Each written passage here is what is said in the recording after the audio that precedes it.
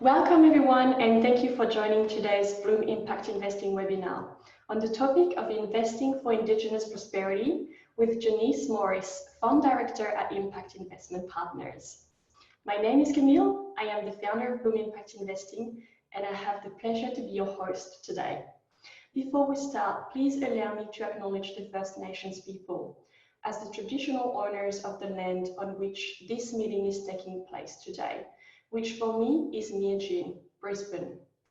I recognize the country north and south of the Brisbane River as the home of both the Turrbal and Jagera nations. I pay deep respects to the elders, past, present, and future. Welcome everyone again. It is a pleasure to see you all. For our new members today, please allow me to introduce Bloom and our Impact Investing Meetup group. So at Bloom, we are focusing on the impact money can have in the fight against climate change. We are on a mission to make impact investing and sustainable finance easy and accessible. And part of this mission is to offer educational opportunities like these webinars today to propel the voices of impact investing and sustainable finance experts far and wide. Since early this year, we have hosted more than 10 events. We've talked about climate financial risk, how to measure impact, how to invest with impact during the COVID-19 crisis. We've talked impact investing trends, natural capital, and finally the impact superannuation and sustainable banking can make. Our last meetup was about investing in clean tech, and that was a good one. So if you missed it, you can jump onto our YouTube channel and it will be available later this week. The aim of our webinars is to bring a community of impact investors and agents of change together so that we can build a greener, more circular and inclusive economy. I insist on the inclusive word today because that's what we're going to talk about with Janice. At Bloom, we see a future where a carbon-free and inclusive economy allows people and the planet to thrive. Today's event is supported by Impact Group. Impact aims to bridge the gap between Queensland's social innovation and impact investing sectors. Their goal is a thriving impact investment sector that fuels the growth of ventures solving real-world problems for future prosperity. What a beautiful mission. Thank you so much for your support. Quick housekeeping. Please note this event is being recorded. The webinar will be made available to the attendees after the event via an email and on our YouTube channel. And also please note, the information provided in this webinar will be general in nature only and does not constitute personal finance advice. The information has been prepared without taking into account your personal objectives, financial situation, or needs. So before acting on any information from this presentation today, you should consider how appropriate the information is in regard to your objectives, financial situation, and needs. And finally, please note this is a safe space. This is a really friendly group. So you can ask any question throughout the event by typing in the chat. Feel free to indicate if you'd like me to ask Janice questions on your behalf. Otherwise, I will invite you to unmute yourself and we will give 15 minutes at the end for Q&As. Now today, we are diving into a very topical and ambitious theme, investing for Indigenous prosperity. In Australia, investors' choices can have significant detrimental effects on Indigenous communities and land rights. So the question for impact investors is, how might we commit to social justice for Indigenous people? How might we use capital while generating measurable social and economical outcomes for Indigenous communities? And finally, what investment vehicles for long-term investments that align the interests of financial investors, private developers, and Indigenous communities exist today? Now, let me be totally transparent with you. As I was researching this topic and I was looking for an expert speaker, I realized how little experts exist on this subject in Australia. It was really hard to find someone. So this is why I am so grateful and excited to have Janice with us today. Janice is the Fund Director at Impact Investment Partners, and she is an expert in finding opportunities to bring together investors and Aboriginal and Torres Strait Islanders to create a stronger and more sustainable future. But who is Janice? Let me introduce her to you. Janice is an experienced executive in the investment management industry over a 20-year period and has also held board directorships in her previous roles. Prior to joining Impact Investment Partners as a fund director in 2019, Janice was an executive director at IIIF Investors and a partner at Deloitte. Now, a quick word about Impact Investment Partners before we dive in.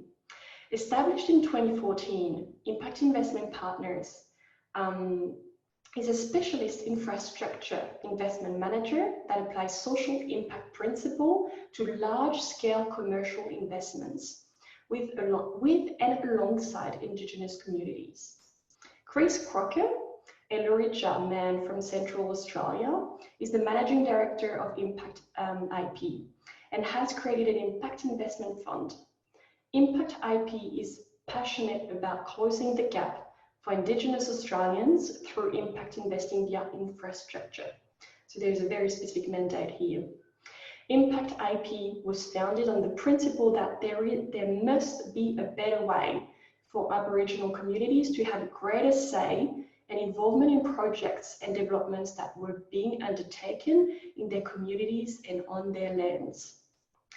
ImpactIP works closely with a network of Indigenous community leaders and senior expert advisors in Indigenous affairs.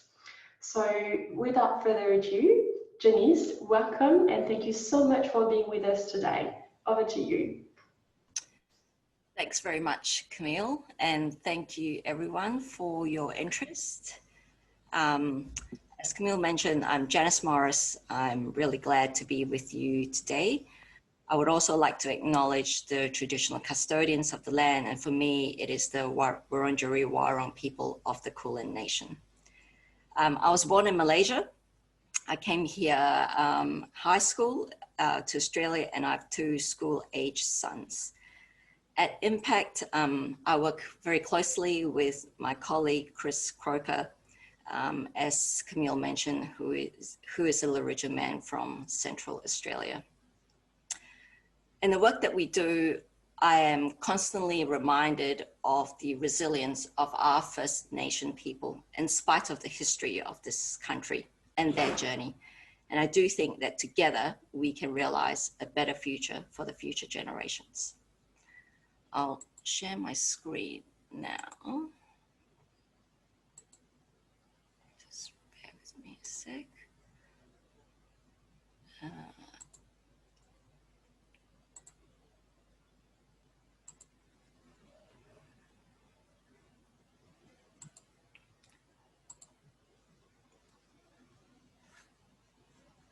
Can you see my screen now, Camille? Yep, great.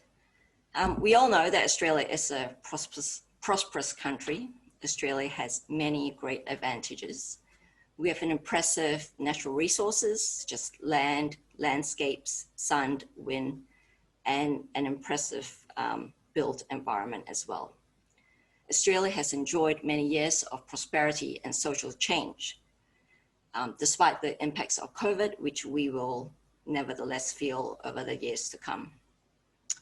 For us, infrastructure is important because our infrastructure aspirations are a reflection of our ambition as a country.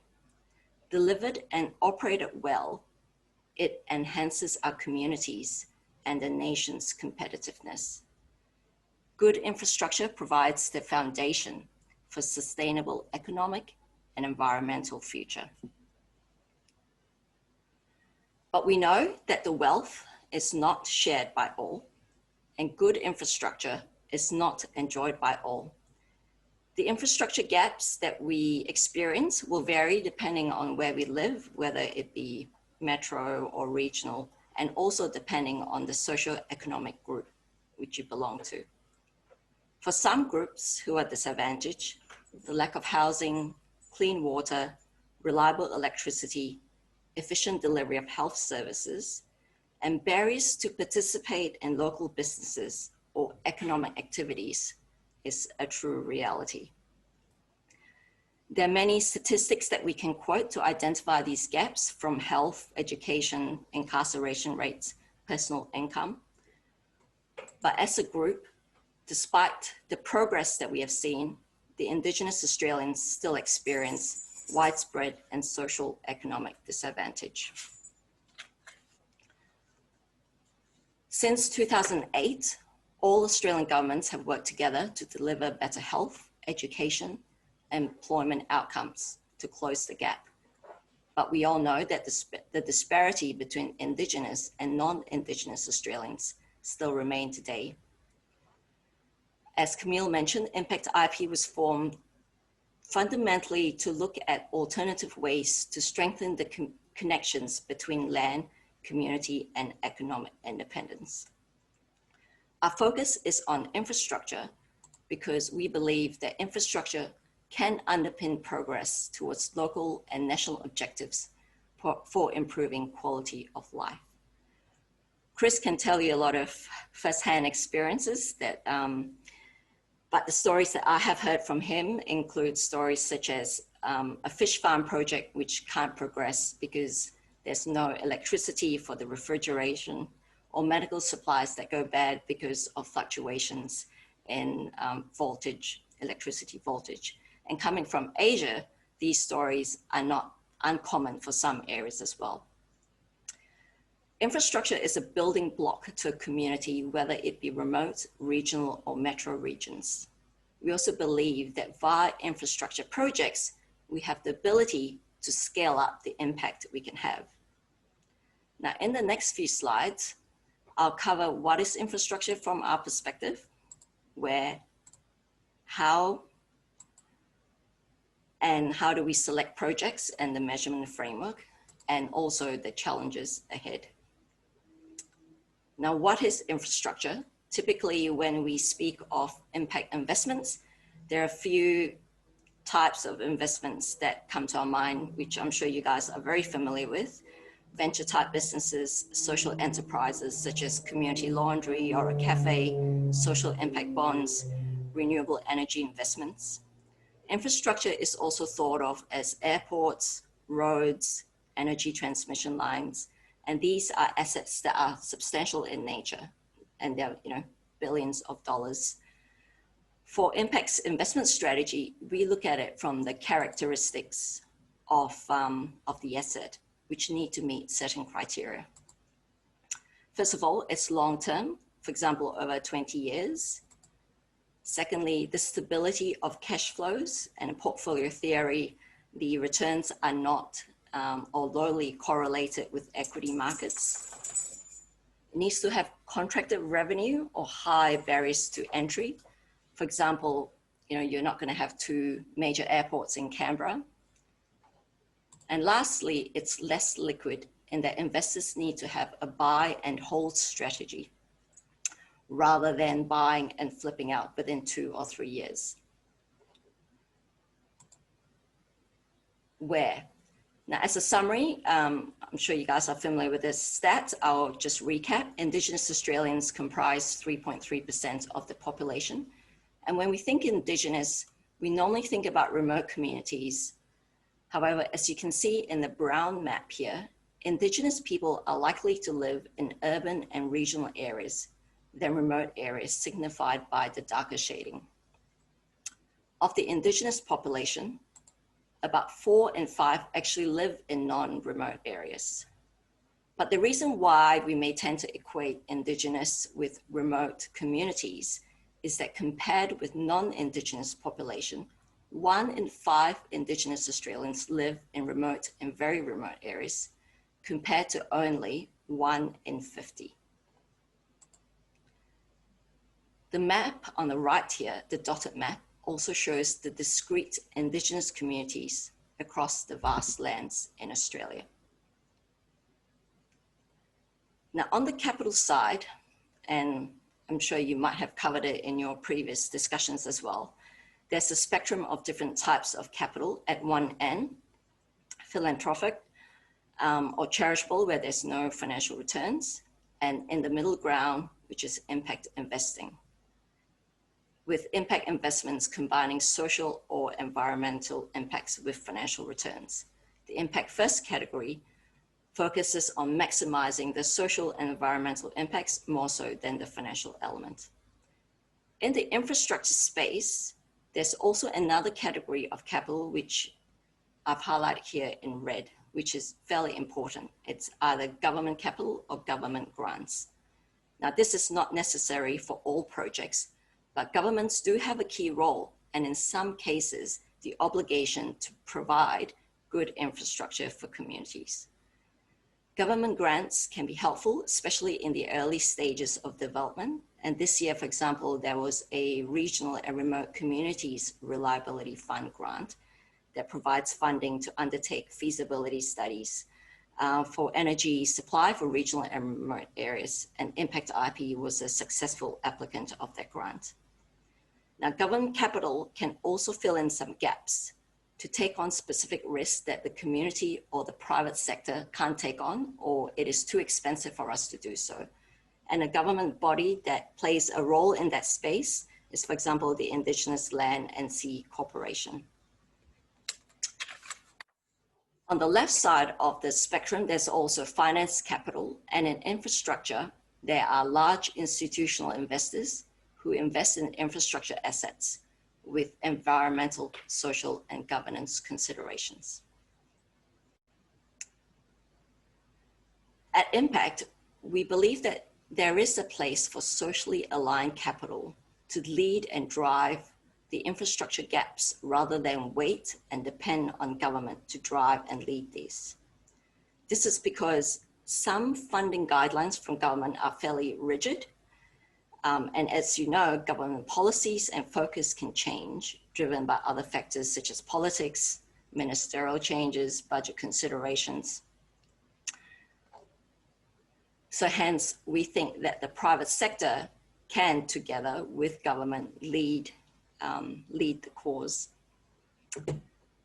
At Impact, our projects are also to create a model with increasing participation through ownership, local employment, decision-making, and Indigenous operating partners, but over time, not from day one.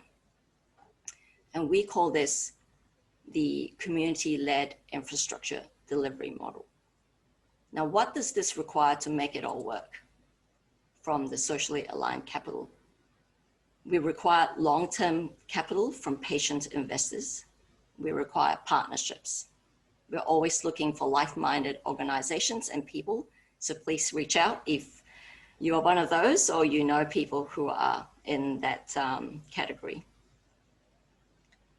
I'm going to switch now to a different topic to talk a little bit about how we select projects and the social measurement that we look at. So ImpactIP has built an index. We call it the Indigenous Social and Economic Returns Index. And as the name implies, there are two limbs, the Indigenous Economic Impact and Indigenous Social Impact. Now, on the economic side, we look at it from the proportion of dollars to Indigenous investors, businesses, and landowners. And this can come from distributions from assets or procurement if we are getting a solar farm built, the CapEx involved and the operations and maintenance and the Indigenous participation in those services or land leasing income. On the social return side, we look at it from positive action on the delivery of the UN Sustainable Development Goals, adjusted for the relationship with the Australian Indigenous people. Some of you are already across that are aware of this. There are 17 UN SDG goals, and not all of it will be applicable for us. The ones most applicable for our current projects relate to UN SDG 1, 3, and 7. Now, on the right side here, there's a very simple matrix as to how we rank and select projects based on the ISA and financial returns. As I spoke about earlier in the early slide, there's a spectrum of capital for different types of projects. In the first quadrant, being the ideal investments is high return and high impact. The second category, not as high as social impact as quadrant 1, but still meets the financial returns. And number 3, with high social impact, but it doesn't really meet the financial objectives, and therefore it requires the impact first investors or charitable funds. I'll speak about the projects in quadrants 1 and 2 on the next few slides, but examples for projects that fall into category 3 could be things like a cultural center, where it really promotes the cultural identity of the community, the pride and connection, but the project itself doesn't quite generate commercial revenues to support it, and you can't get government funding. Or there might be health centers which run programs, but they're not funded by government because they are, I suppose, alternative ways of delivering the service. Now, with the projects that we're looking at in quadrants 1 and 2, the current sectors that we're focusing on are energy, and that is mainly remote off-grid energy to improve access to reliable electricity in Indigenous communities. And these are the discrete communities that we saw on the previous map.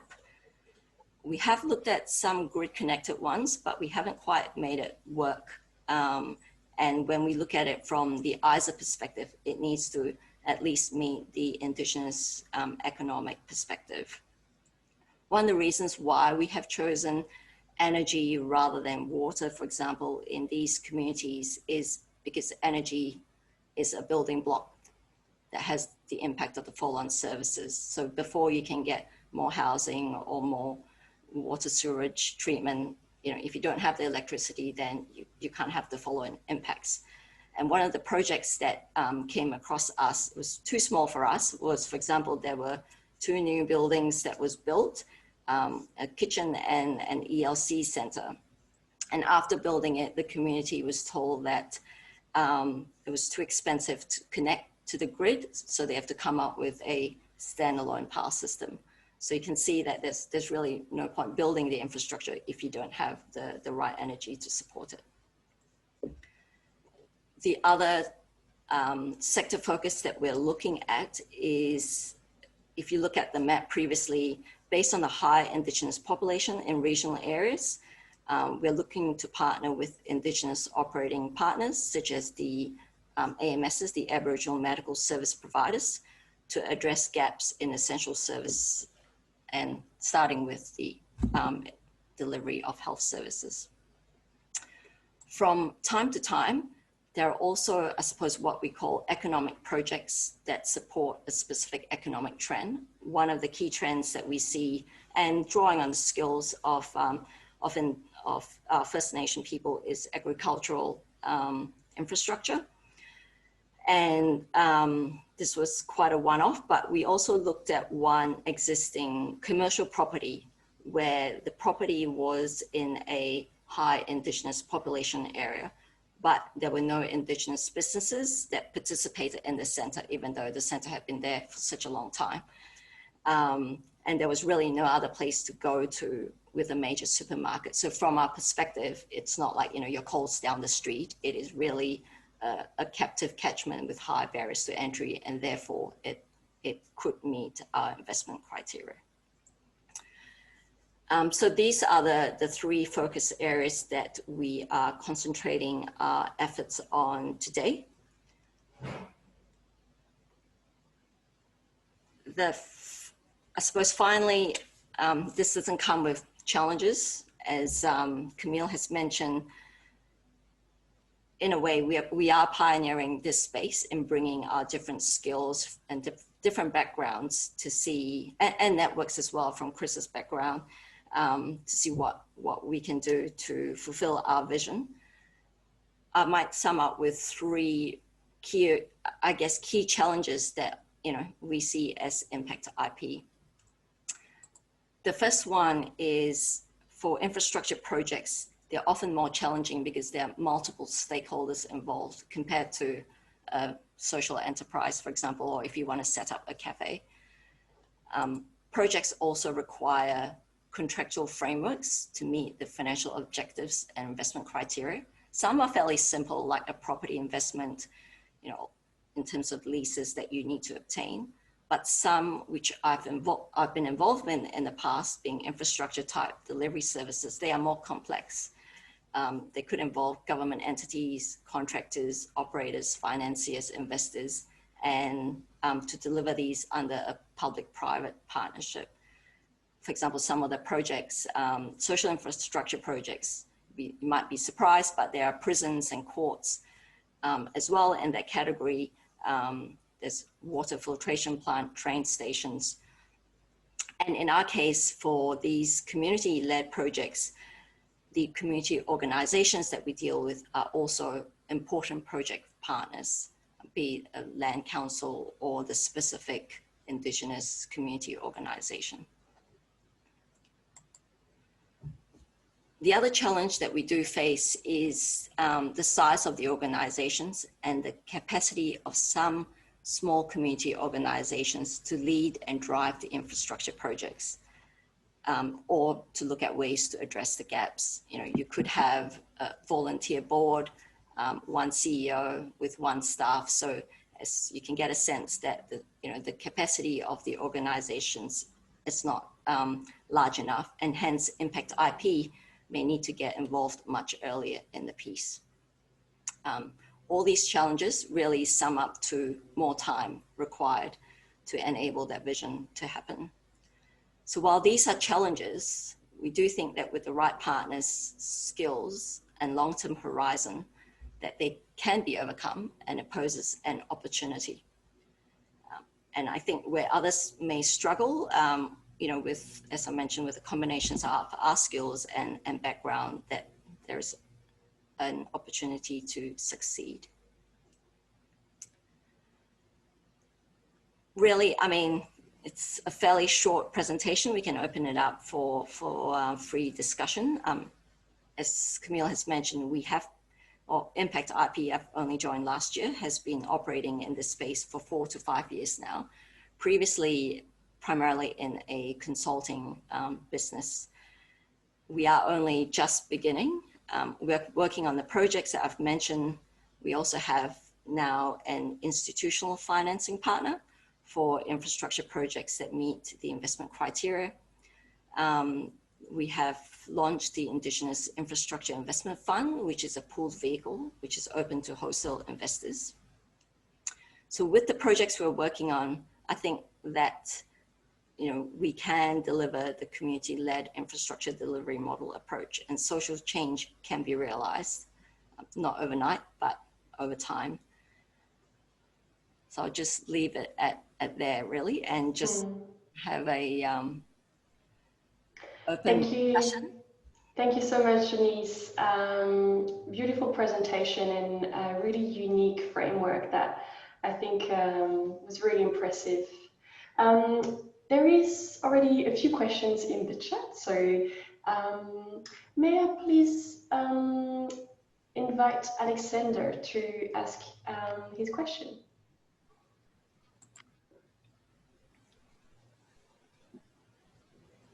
We can't hear you, Alexander.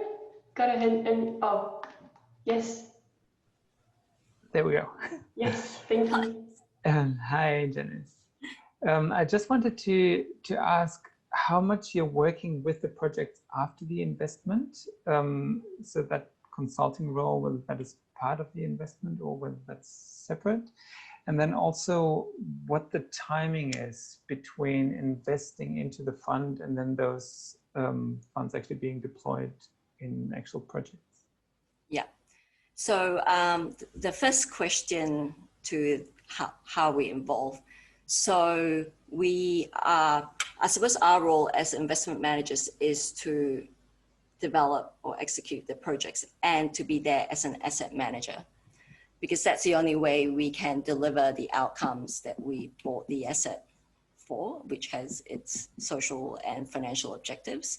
So until we are sacked or terminated as an investment manager, or until I did say, you know, it's not a buy and flip strategy, but, you know, we will constantly evaluate how we exit or how we transfer the asset to community.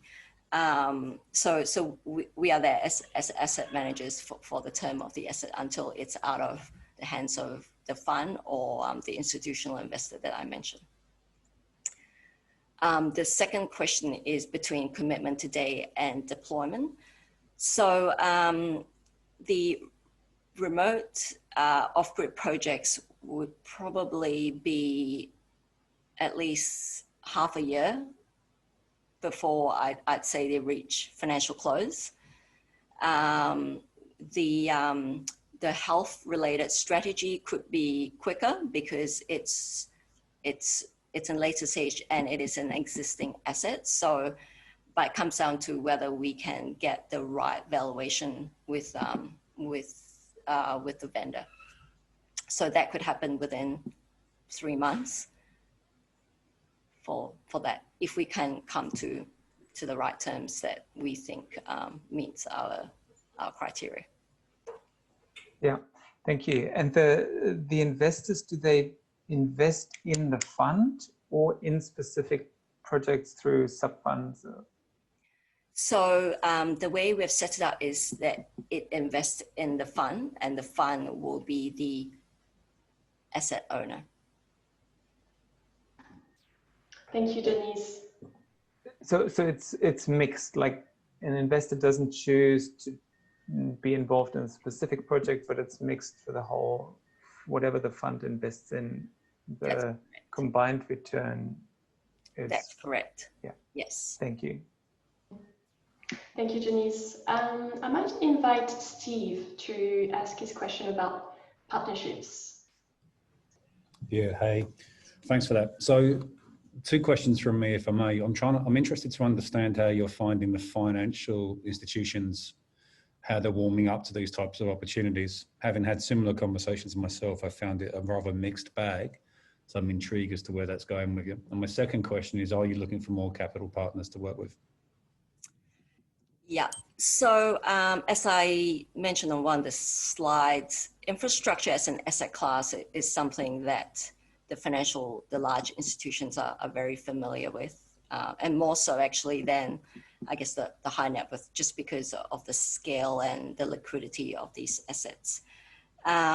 So we have been successful in, I might have hinted to it, in getting a commitment, but they are a co-investor rather than coming through the fund. So, yes, so in that regard, we've been quite well placed to secure that financing partner. And the second question was, are you looking for more? Yeah. Who is it, Steve?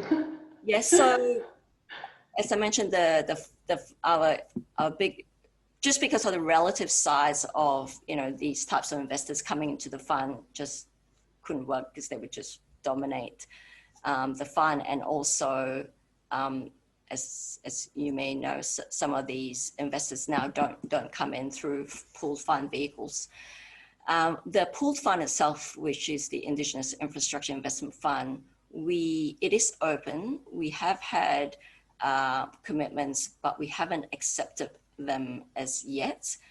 I think we just want to get to the scale that we need or we would like to achieve before opening it up. So in a way, yes, we're still looking for investors in the IIIF. Okay, how much are you looking for?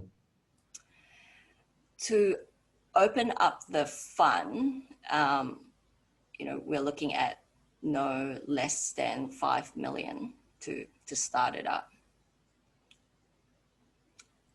And at the moment, we haven't pursued getting an institution to cornerstone that fund. That might be the case, so that we can then open it up to, you know, individual or wholesale investors with less capacity to cornerstone it. Okay, I'll contact you afterwards. Thank you. Thanks. Oh, this is great. Love making connections. Thank you, Janice, for your answers. I might invite Andrew to ask his question next. Sure, thanks for the presentation, Janice. My question was, obviously in the impact space, measurement is a really important piece of the puzzle, and I noticed that you referred to ISA a couple of times, so I just wanted to hear a little bit more about that and how it was derived and if you found it an effective measurement framework. Yeah. Maybe for all of you, my colleague Chris has also joined. Hello. Hi, Chris. So good to have you with us today. Oh, thank you. Thanks for the invite. Sorry, I've just been on mute. And Janice has done a great job of explaining the fund and investments in Indigenous infrastructure. So yeah, Janice, thank you. But Janice, if you will, I can answer Andrew's question. Sure. Yeah.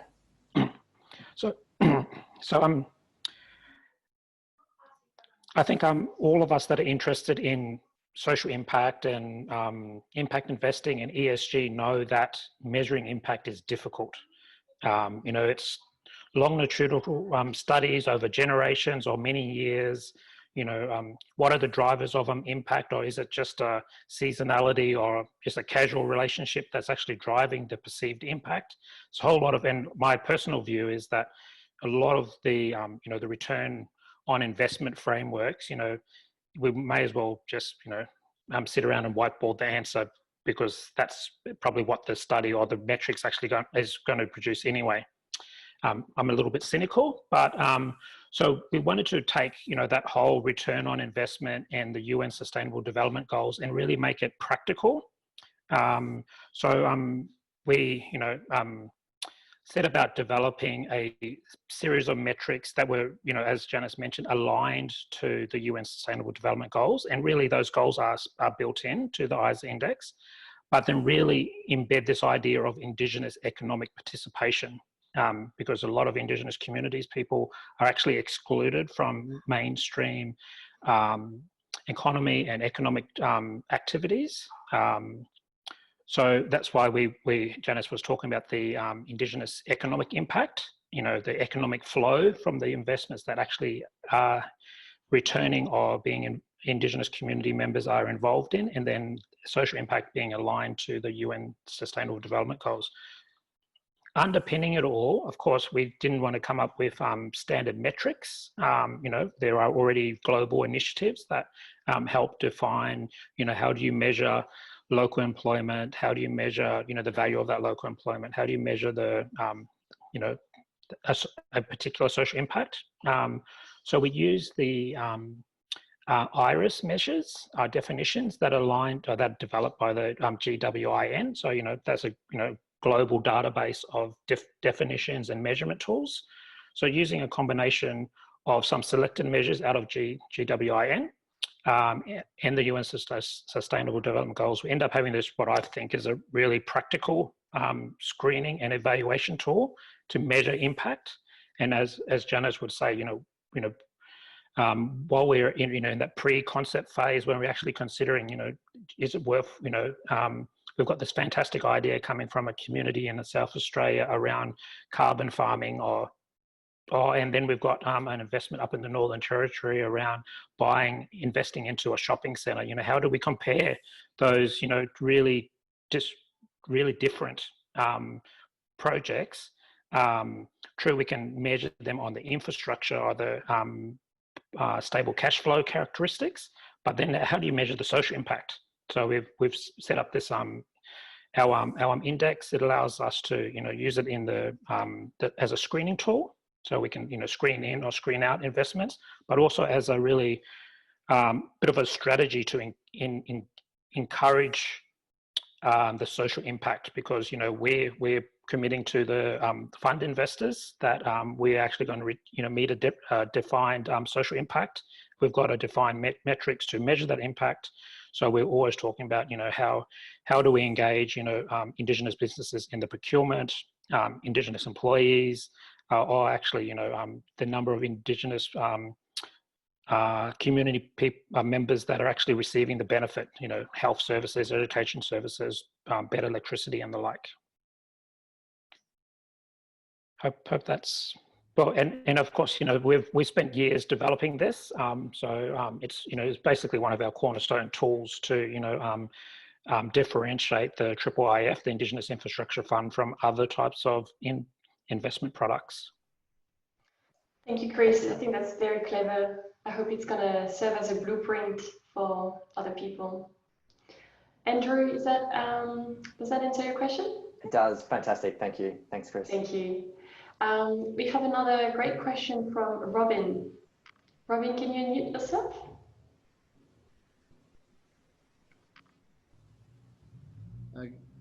Good morning, or is it afternoon? I'm phoning from Hong Kong.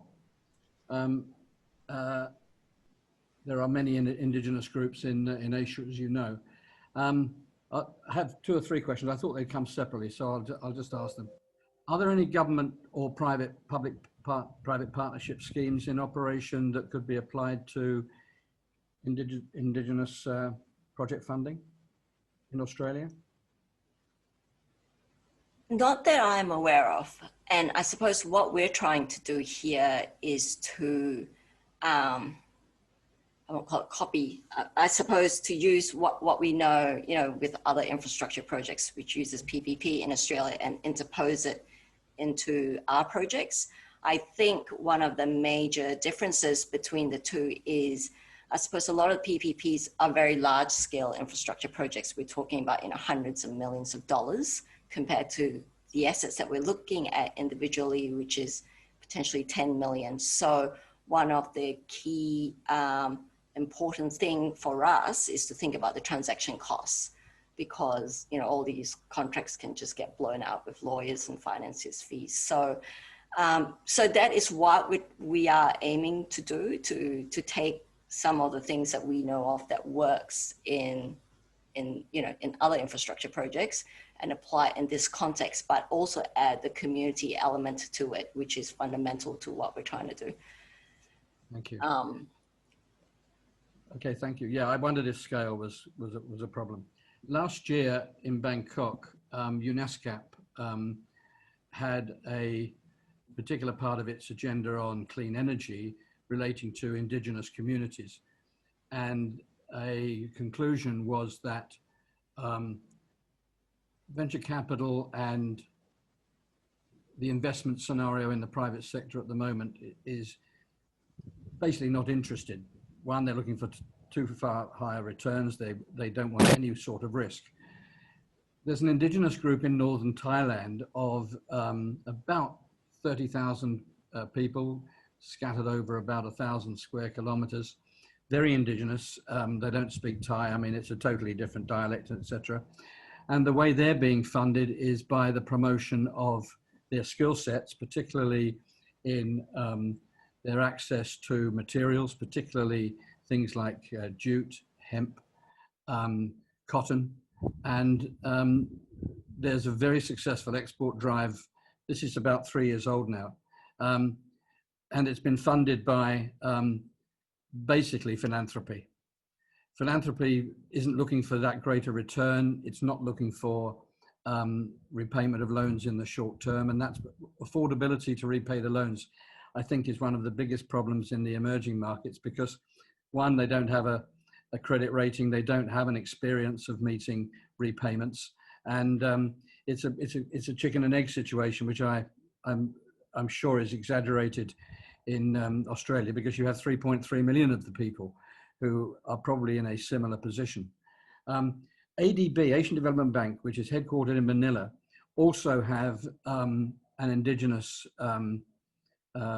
funding group in all sectors: clean energy, transport, social fabric, etc.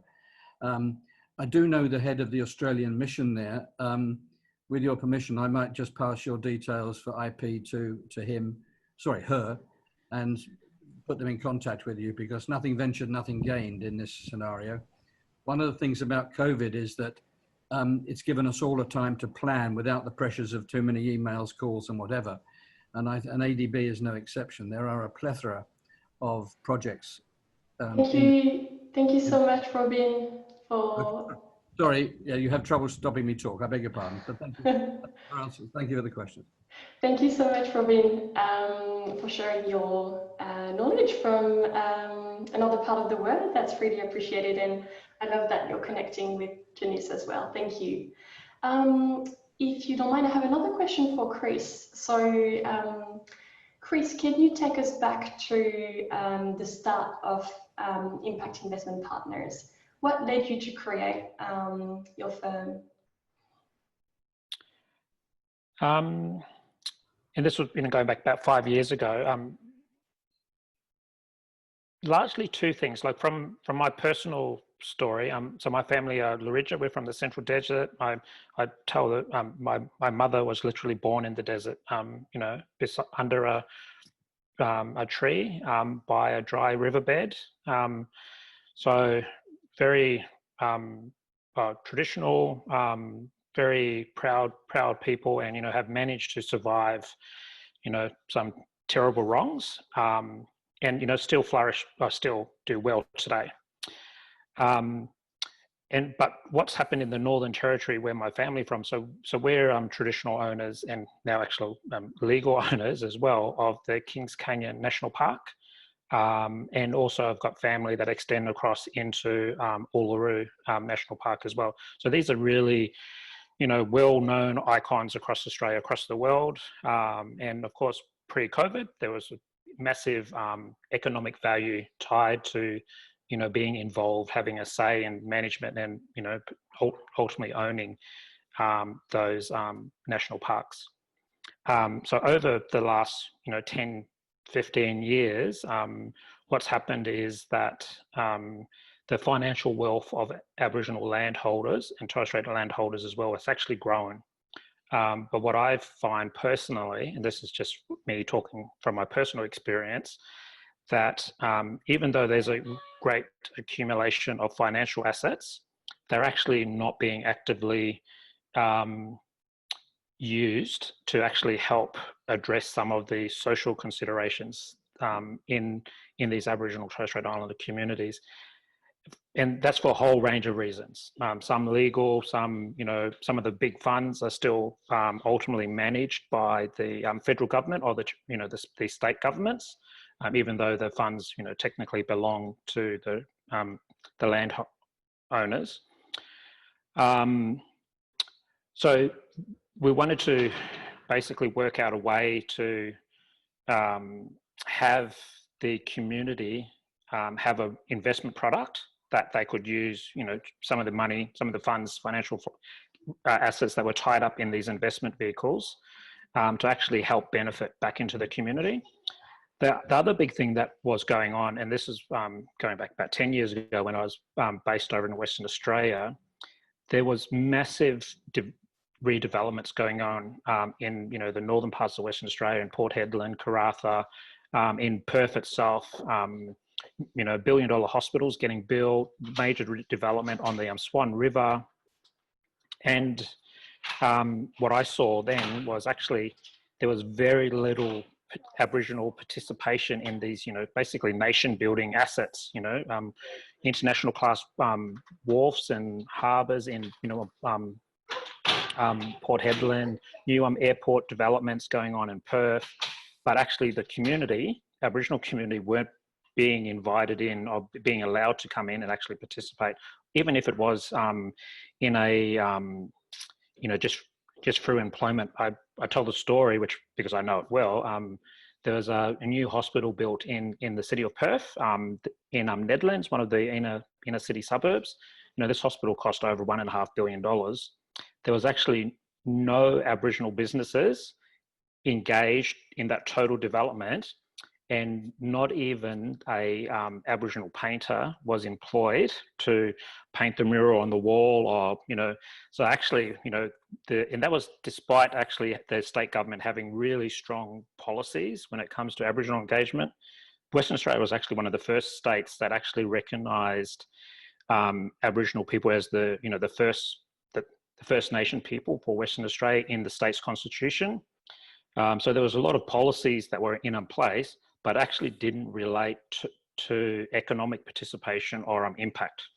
So we thought, as Janice was saying, there must be a better way. How do you take advantage of this growing pool of Aboriginal capital and this growing pool of socially aligned capital as well to actually help facilitate and involvement with the Aboriginal community in what was going on in the mainstream.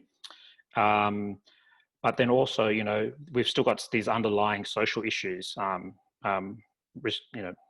health issues, education standards, and a whole range of different things, which, we all can, we all hear about in the media and the annual Closing the Gap report that the federal government comments on. So yeah, so really, trying to see what were the opportunities. If you have the right discussions going on and the right connections, what was the right discussions? What could you do differently? So that's what we're embarking on now. Thank you so much, Chris, for that overview of your story. You've obviously gone on a long journey. Thank you so much for sharing that with us. We've got time for one last question. So may I invite Sarah? Sarah has a question about your community engagement. Hi, everyone. Thanks a lot, Chris and Janice. It's been really insightful listening to both of you. I guess I work in the community sector in the Eastern region, and I just wanted to know if we know of any Indigenous community projects that would be suitable. Are there any specific requirements you look at when choosing a project? And it'll be nice to know what the reaction is from the communities you've worked with as well, how they have reacted. And I guess my second part of the question is, and I don't know if this will be relevant, is obviously, I guess local councils do provide funds to some projects, but usually it's not enough. And have you had any discussions with local councils regarding supporting projects and that would benefit from the work you all do? And has there been a positive reaction? Thank you. Thank you. Janice, do you want to answer, or do you want me to? Pressing the wrong buttons. Up to you. I think maybe the local council, we probably haven't had an active engagement strategy since I've joined. Chris, have we?